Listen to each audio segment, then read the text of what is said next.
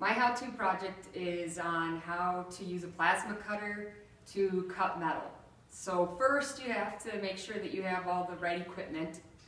In terms of safety, you need the helmet with the visor on the front. Usually you tint the screen so that you're not seeing the brightness that the plasma cutter puts off. You also want to have gloves that are heat resistant. Usually leather works very well for that. And also, I have a jacket that is fireproof. So I wear that in case any sparks would happen to come up from the plasma cutter, because it does get to be about 3,000 degrees, so that's pretty hot. I have had little pieces before fall on my shoe and it just goes right through, so that doesn't usually feel too good. One of the first things you need is an air compressor. That's what this is. You set the gauge to, it's called PSI, how high you want the pressure to come out, and usually I put it around about 90 to 100 PSI. It gets pretty loud once I turn it on, and it fills up with the air that's in there, causes the pressure, goes through the hose. There's a little filter here.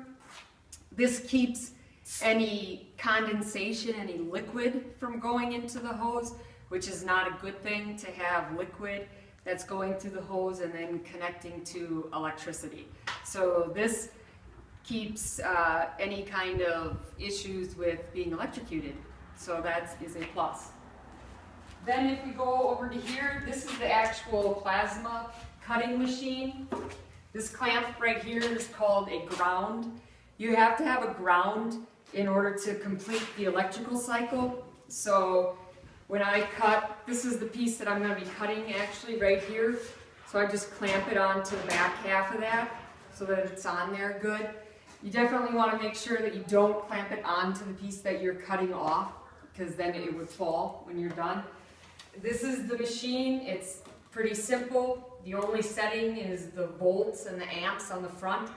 It goes from 15 all the way up to 30 amps, depending on how thick the metal is that you're going to cut. You want more power, you turn the amps up. You want less power, you turn the amps down.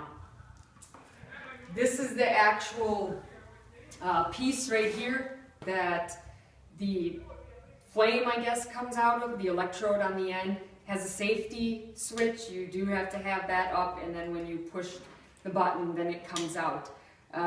Remembering that it does get to 3,000 degrees, so it can burn you very easily. And then on the back side is where the air hose hooks up, because you have to have the pressure coming through the system. This is the cord. It's not your typical cord. As you can see, it's much bigger. It's a 20 amp. The cord that you use to plug your phones in to charge them, those are probably 10 amps. So this is twice as powerful because it needs a lot of juice coming out to produce the heat to come out of the machine. Okay, one last thing I forgot to mention before was that I usually wear an air mask to protect from breathing in all the fumes from the metal, but since this is such a quick cut, I'm not going to worry about that this time, but typically I would wear this. Another thing with the metal is because it gets so hot, I don't have to clean any rust off of it or any paint.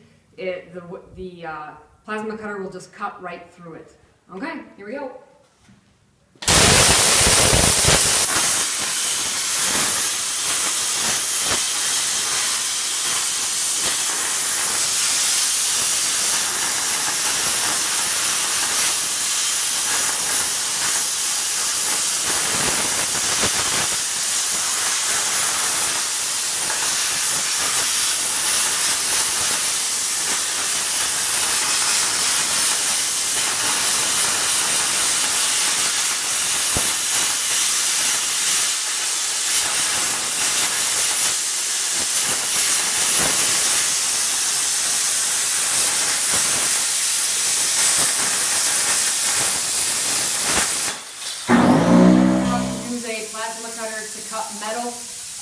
Even just having my hand right here doing that got very warm.